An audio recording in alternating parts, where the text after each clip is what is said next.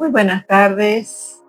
Aquí estamos otra vez de tarde en la República Argentina, un día que hace todavía calor, seguimos en verano y vamos a seguir leyendo este libro Padre Rico, Padre Pobre, que habla sobre nuestra relación con el dinero. Se me ocurrió leer este libro a raíz de lo que dice Luis Hay sobre la prosperidad y les voy a comentar un poquito cómo está estructurado este libro. Tiene una introducción en la cual hay dos títulos. Existe una necesidad que ya lo leí, Padre Rico, Padre Pobre. Después viene lección 1, lección 2, lección 3, lección 4, lección 5, lección 6. Después viene otro título que dice Inicios, superar los obstáculos para comenzar, aún quiere más. Y después viene el epílogo, una educación universitaria por $7,000, entre en acción y sobre los autores. Muy bien. Mientras voy llegando a la página que tengo que empezar a leer, les aclaro que lo estoy teniendo virtual. Les voy contando que se suscriban al canal y que le den, si les gusta la información, aprieten el dedito para arriba, y si también quieren suscribirse, bienvenido sea. Muy bien. El título que vamos a empezar hoy dice Padre Rico, Padre Pobre, tal y como fue narrado por Robert Kiyosaki. Yo tuve dos padres, uno rico y otro pobre. Uno era inteligente y muy educado, tenía un doctorado y realizó los estudios universitarios correspondientes a 4 años en solo 2. Asistió a la Universidad de Stanford, a la Universidad de Chicago y a la Universidad del Noroeste para realizar estudios avanzados, todos ellos con beca completa. El otro padre nunca terminó la secundaria. Ambos hombres fueron exitosos en sus carreras y trabajaron duro toda su vida. Ambos tuvieron ingresos considerables. Sin embargo, uno de ellos pasó problemas financieros toda su vida. El otro se convertiría en uno de los hombres más ricos de Hawái. Uno dejó al morir decenas de millones de dólares a su familia, a instituciones de beneficencia y a su iglesia. El otro dejó cuentas por pagar. Ambos hombres eran fuertes, carismáticos e influyentes. Ambos me ofrecieron su consejo, pero no me aconsejaron las mismas cosas. Ambos hombres creían poderosamente en la educación, pero no me recomendaron el mismo tipo de estudios. Si yo hubiera tenido un solo padre, hubiera tenido que aceptar o rechazar su consejo. El hecho de haber tenido dos padres que me aconsejaban me dio la oportunidad de escoger entre puntos de vista contrapuestos, uno correspondiente a un hombre rico y otro a un hombre pobre. En vez de simplemente aceptar o rechazar uno u otro, me encontré pensando más, comparando y escogiendo por mi propia cuenta. El problema fue que el hombre rico no era rico todavía y el hombre pobre todavía no era pobre. Ambos estaban apenas comenzando sus carreras y ambos pasaban trabajo con el dinero y sus familias. Sin embargo, tenían puntos de vista muy diferentes sobre el tema del dinero. Por ejemplo, uno de mis padres me diría, el amor al dinero es la raíz de todos los males. El otro, la falta de dinero es la raíz de todos los males. En mi juventud, el hecho de tener la influencia de dos padres fuertes me resultó difícil. Yo quería ser un buen hijo y escuchar, pero mis dos padres no me decían las mismas cosas. El contraste en sus puntos de vista, especialmente en lo que se refería al dinero, era tan brusco que crecí curioso e intrigado. Comencé a pensar por largos periodos de tiempo sobre lo que cada uno de ellos decía. Vamos a ver, a hacer una apuesta. ¿Cuál será el padre rico y cuál será el padre pobre? Pasé gran parte de mi tiempo reflexionando, formulándome preguntas como ¿por qué dice eso? Y luego formulando la misma pregunta respecto a la afirmación de mi otro padre. Hubiera sido mucho más sencillo decir simplemente, sí, él está en lo cierto, estoy de acuerdo con eso, o simplemente rechazar el punto de vista al decir, el viejo no sabe de lo que habla. En vez de ello, al tener dos padres a quienes yo amaba, me obligó a pensar y en última instancia a elegir una forma de pensar para mí mismo. Como proceso, elegir por mí mismo resultó mucho más valioso a largo plazo en vez de simplemente aceptar o rechazar un solo punto de vista. Uno de mis padres pasaba trabajos para ahorrar unos cuantos dólares, el otro simplemente creaba inversiones. Uno de mis padres me enseñó cómo redactar un currículum vitae impresionante con el fin de obtener un buen empleo. El otro me enseñó cómo escribir planes financieros y de negocios poderosos con el fin de que yo pudiera crear empleos. Ser el resultado de dos padres fuertes me permitió darme el lujo de observar los efectos que las ideas diferentes tienen sobre la vida de uno. Me di cuenta de que las personas realmente dan forma a sus vidas por medio de sus pensamientos. Todo lo que decía Luis Hay, todo pensamiento se puede cambiar. Por ejemplo, mi padre pobre decía siempre, yo nunca seré rico, y esa profecía se volvió realidad. Mi padre rico, por otra parte, siempre se refirió a sí mismo como rico. Decía cosas como yo soy rico y los ricos no hacen esto. Incluso cuando quedó en bancarrota luego de un gran revés financiero, continuó refiriéndose a sí mismo como un hombre rico. Se cubría diciendo, hay una diferencia entre ser pobre y estar quebrado. Uno puede estar quebrado temporalmente, uno es pobre eternamente. Mi padre pobre también diría, no me interesa el dinero o el dinero no importa. Mi padre rico decía siempre, el dinero es poder.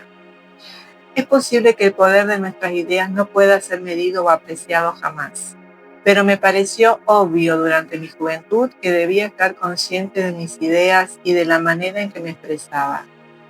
Me di cuenta de que mi padre pobre no era pobre debido a la cantidad de dinero que ganaba, que era importante, sino debido a sus ideas y acciones. Siendo joven y al tener dos padres, me di cuenta de que debía ser cuidadoso al seleccionar las ideas que adoptaría como propias. ¿A quién debía yo escuchar? ¿A mi padre rico o a mi padre pobre? Aunque ambos hombres tenían un tremendo respeto por la educación y el aprendizaje, estaban en desacuerdo en lo que consideraban que era más importante aprender. Uno deseaba que yo estudiara duro, obtuviera un grado académico y un buen trabajo para trabajar con el fin de ganar dinero. Quería que yo estudiara para convertirme en un profesionista, un abogado o un contador, o asistir a la escuela de negocios para convertirme en administrador de empresas. El otro me alentaba a estudiar para ser rico, para comprender la manera en que funciona el dinero y aprender cómo hacer que trabajara para mí. Yo no trabajo para ganar dinero. Eran palabras que repetía una y otra vez. El dinero trabaja para mí. A la edad de 9 años decidí escuchar y aprender de mi padre rico en lo que se refiere al dinero. Al hacerlo, elegí no escuchar a mi padre pobre, a pesar de que él era quien tenía todos los títulos universitarios. Y ahora viene un título que dice Una lección de Robert Frost. Robert Frost es mi poeta favorito. Aunque me gustan mucho de sus poemas, mi favorito es El camino que no escogí. Utilizo su lección casi todos los días. El camino que no escogí. Dos caminos se bifurcaban en un bosque amarillo y lamentablemente no pude recorrer los dos. Y siendo yo un viajero solitario, largo tiempo me detuve y miré por uno de ellos, tan lejos como pude hasta donde se perdía en la maleza. Entonces consideré el otro, tan recto como el anterior y poseedor quizás de mejor derecho, porque el pasto era más alto y deseaba ser recorrido, aunque quienes habían pasado por allí los habían desgastado casi por igual. Y esa mañana ambos se tendían en hojas que ninguna pisada había ennegrecido. Dejé el primero para otro día. Y sin embargo, sabedor de que un camino lleva al otro, dudé si alguna vez regresaría. Debería decir esto con un suspiro. En algún momento dentro de muchas eras, dos caminos se bifurcaban en el bosque y yo tomé el camino menos transitado y esa ha sido la diferencia. Robert Frost, 1916. Y esa ha sido toda la diferencia. A lo largo de los años he reflexionado sobre el poema de Robert Frost. La elección de no escuchar los consejos y la actitud de mi padre más educado fue una decisión dolorosa, pero fue una decisión que forjó el resto de mi vida. Una vez que decidí a quién escuchar, dio inicio mi educación en lo relacionado con el dinero. Mi padre rico me enseñó a lo largo de 30 años, hasta que cumplí 39 años de edad. Dejó de hacerlo una vez que se dio cuenta de que yo sabía y comprendía totalmente lo que había tratado de meterme insistentemente en la cabeza, a menudo dura. El dinero es una forma de poder, pero lo que es más poderoso es la educación financiera. El dinero va y viene, pero si usted tiene la educación sobre la manera en que funciona el dinero, usted obtiene poder sobre él y puede comenzar a acumular riqueza.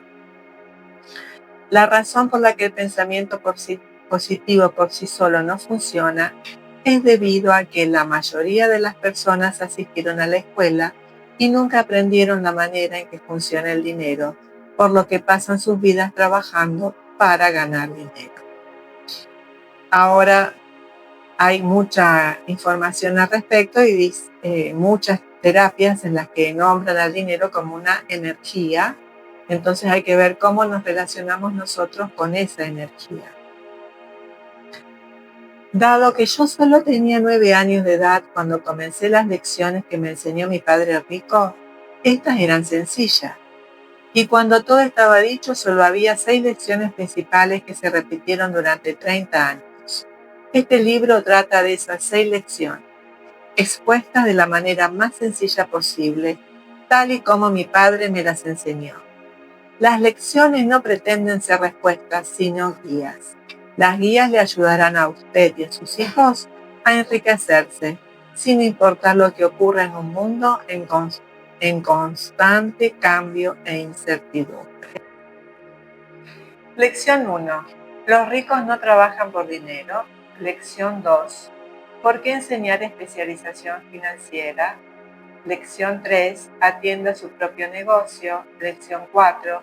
La historia de los impuestos y el poder de las corporaciones. Lección 5. Los ricos inventan el dinero. Lección 6. Trabaje para aprender, no para ganar dinero. Muy bien, vamos a ver lo que nos dice. Lección 1.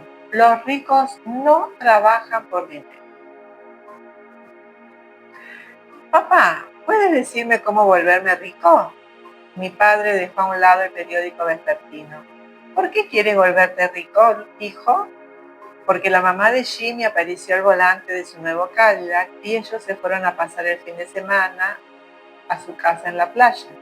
Jimmy invitó a 3 de sus amigos, pero Mike y yo no fuimos invitados. Nos dijeron que no nos invitábamos porque éramos niños pobres. ¿Ellos dijeron eso?, preguntó mi padre, incrédulo. Sí, lo dijeron, respondí herido. Mi padre meneó la cabeza en silencio, empujó sus anteojos sobre su nariz y volvió a leer el periódico.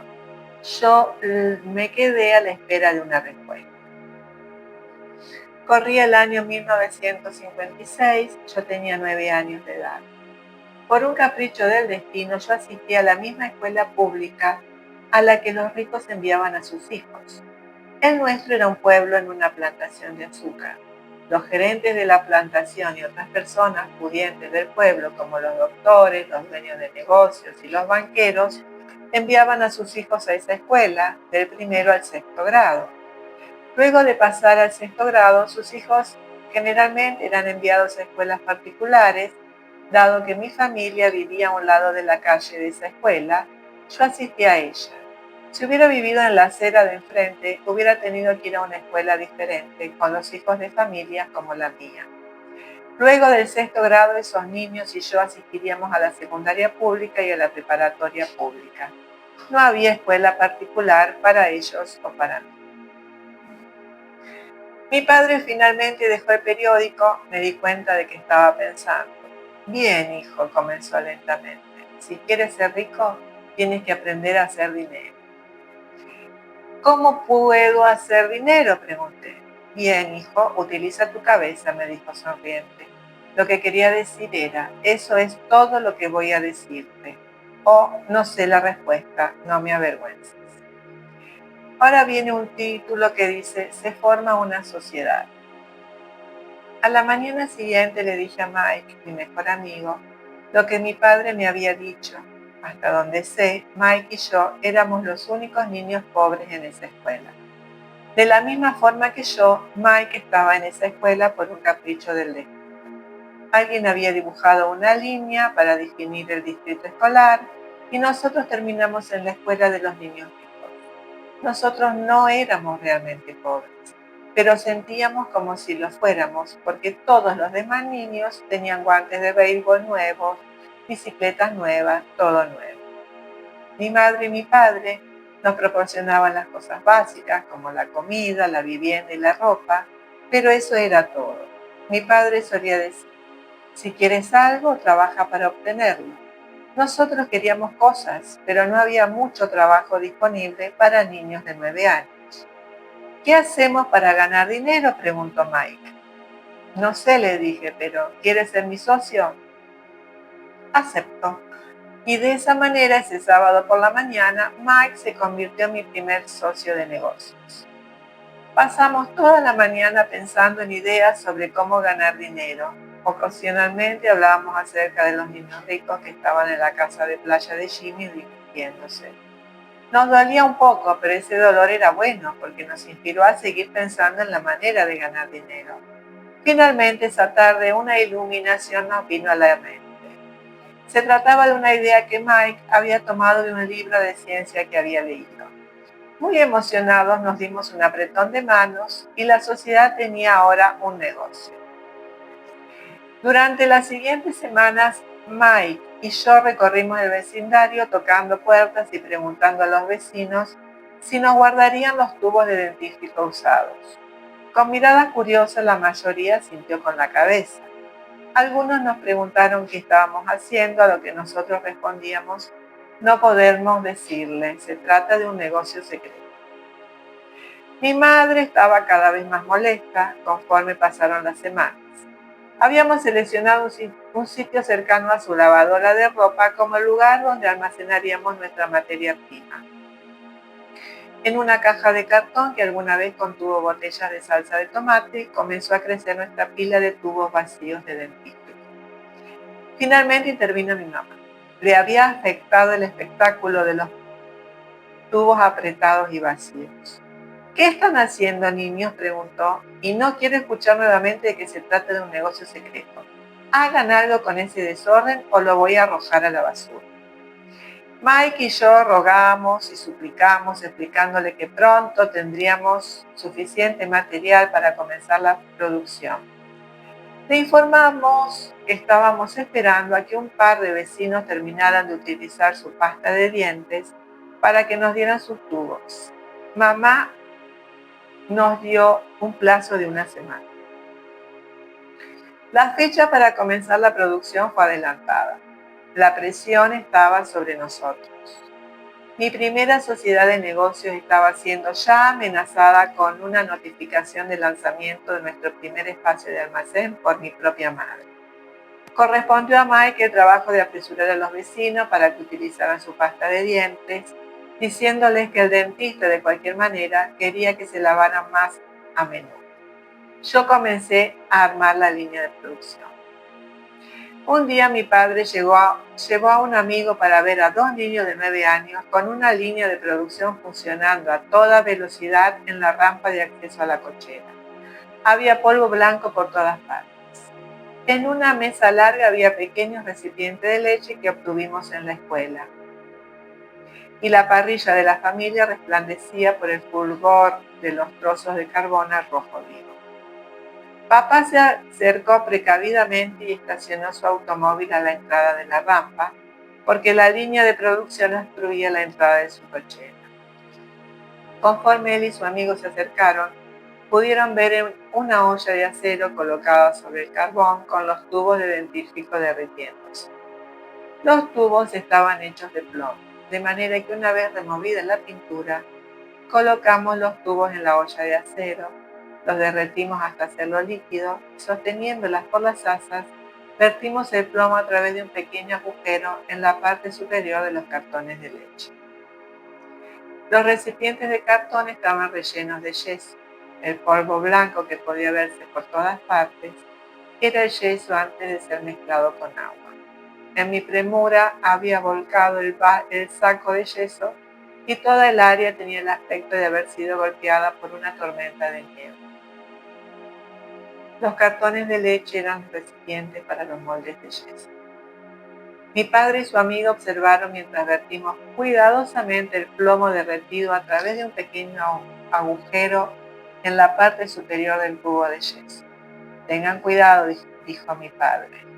Yo asentí con la cabeza sin levantar la vista.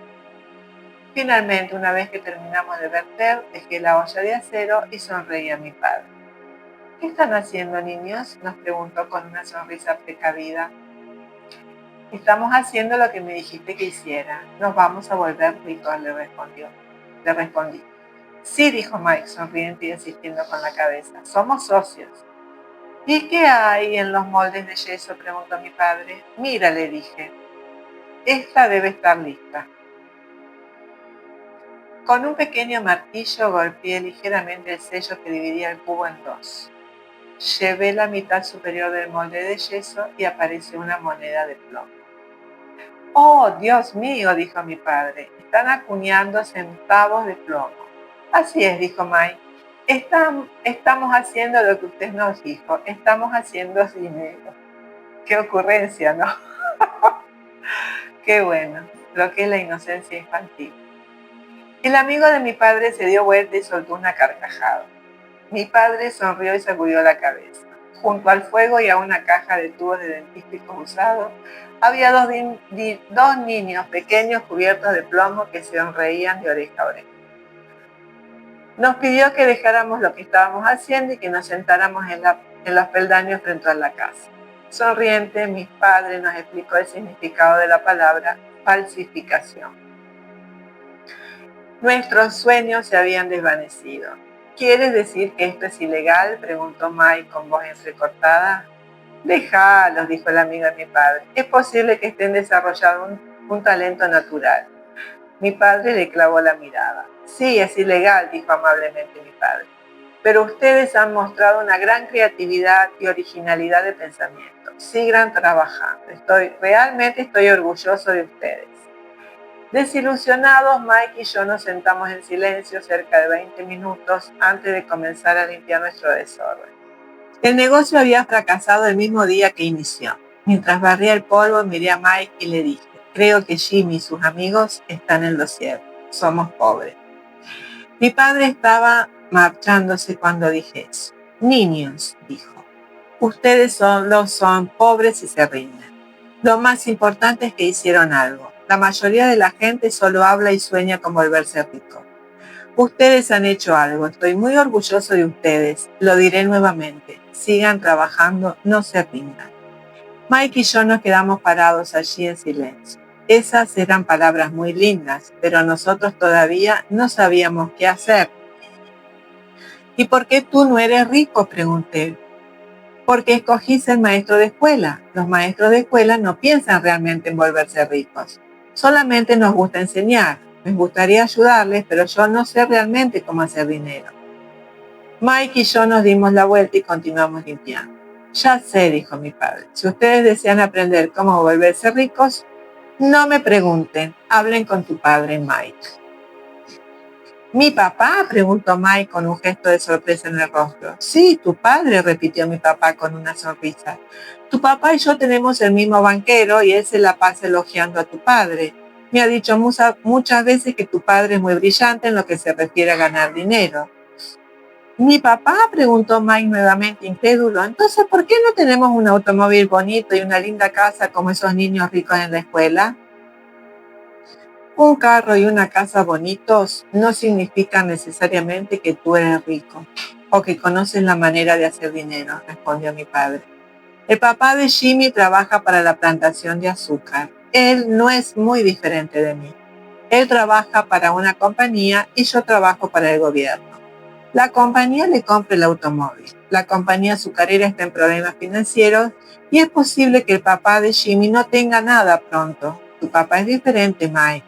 Él parece estar construyendo un imperio y yo sospecho que en unos cuantos años será un hombre muy rico.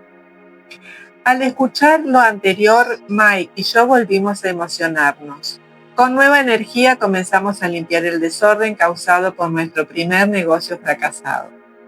Conforme limpiábamos, hacíamos planes sobre cómo y cuándo hablaríamos con el padre de Mike. El problema es que el papá de Mike trabajaba mucho y a menudo no regresaba a casa sino hasta muy tarde. Su padre era propietario de unos almacenes, una compañía constructora, una cadena de tiendas y 3 restaurantes.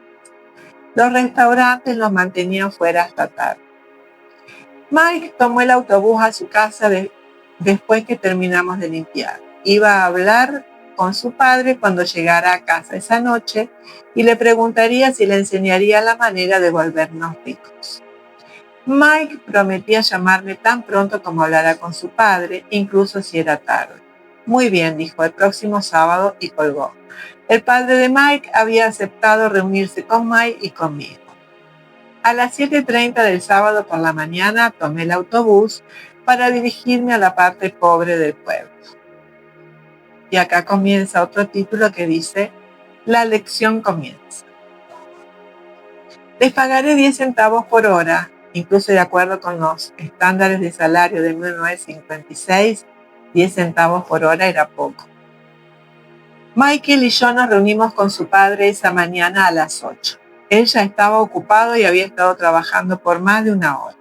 Su supervisor de construcción estaba marchándose en su camioneta cuando llegué a la casa sencilla, pequeña y ordenada.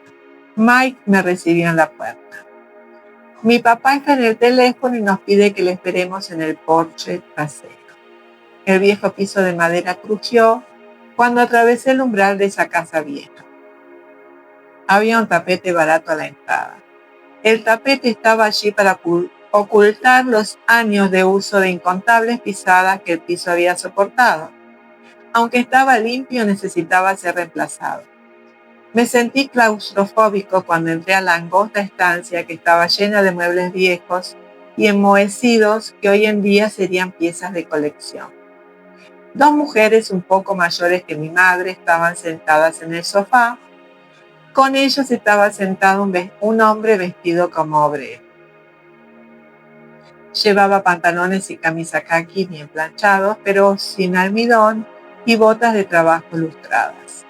Era aproximadamente 10 años más grande que mi padre, diría que tenía cerca de 45 años de edad. Sonrieron cuando Mike y yo pasamos junto a ellos camino de la cocina que conducía al porche, desde el que se veía el jardín trasero. Yo sonreí tímidamente. ¿Quiénes son esas personas?, pregunté. Oh, ellos trabajan para mi padre. El hombre más viejo dirige los almacenes y las mujeres son las gerentes de los restaurantes. Y viste al supervisor de construcción que está trabajando en la construcción de un camino cerca de 50 millas de aquí. El otro supervisor que está construyendo un grupo de casas se marchó antes de que tú llegaras. ¿Y esto sucede todo el tiempo?, le pregunté. No siempre, pero con cierta frecuencia, me dijo Mike, sonriendo mientras jalaba una silla para sentarse cerca de mí. Le pregunté si nos enseñaría a hacer dinero, dijo Mike. Oh, ¿y qué te dijo?, le pregunté con curiosidad precavida. Al principio tenía una expresión divertida en el rostro y luego dijo que nos haría una oferta. Oh, exclamé, meciendo mi silla contra la pared. Me senté allí con la silla apoyada contra el muro. Mike hizo lo mismo. ¿Sabes en qué consiste la oferta?, le pregunté. No, pero lo averiguaremos pronto. Repentinamente el padre de Mike irrumpió en el porche abriendo la puerta cubierta por un mosquitero. Mike y yo nos levantamos de un brinco, no por respeto, sino porque nos asustamos. ¿Están listos, chicos?, preguntó Mike mientras jalaba una silla para sentarse con nosotros. Asentimos y jalamos nuestras sillas para alejarlas del muro y sentarnos frente a él. Se trataba de un hombre grande, de cerca de 1,80 m de altura y 92 kilogramos de peso. Mi padre era más alto, de aproximadamente el mismo peso y 5 años mayor que el de Mike. Eran parecidos, aunque no del mismo origen étnico. Es posible que tuvieran una energía similar. Mike dice que ustedes quieren aprender a hacer dinero. ¿Es eso cierto, Robert? Asentí con la cabeza rápidamente, pero ligeramente intimidado. Él tenía mucho poder detrás de sus palabras y su sonrisa. Muy bien, he aquí mi oferta. Yo les enseñaré, pero no lo haré a la manera de un salón de clases. Ustedes trabajarán para mí y yo les enseñaré. Si no trabajan para mí, yo no les enseñaré. Puedo enseñarles más rápidamente si trabajan y estaré desperdiciando mi tiempo si ustedes solo quieren sentarse y escuchar, como hacen en la escuela. Esa es mi oferta. Tómenla o déjenla. Ah, ¿puedo hacer una pregunta antes? ¿Intervine? No, tómenla o déjenla. Tengo mucho trabajo como para desperdiciar mi tiempo. Si no pueden tomar una decisión con firmeza, nunca aprenderán a hacer dinero. Las oportunidades van y vienen. Una habilidad importante consiste en ser capaz de saber cuándo es necesario tomar decisiones rápidas.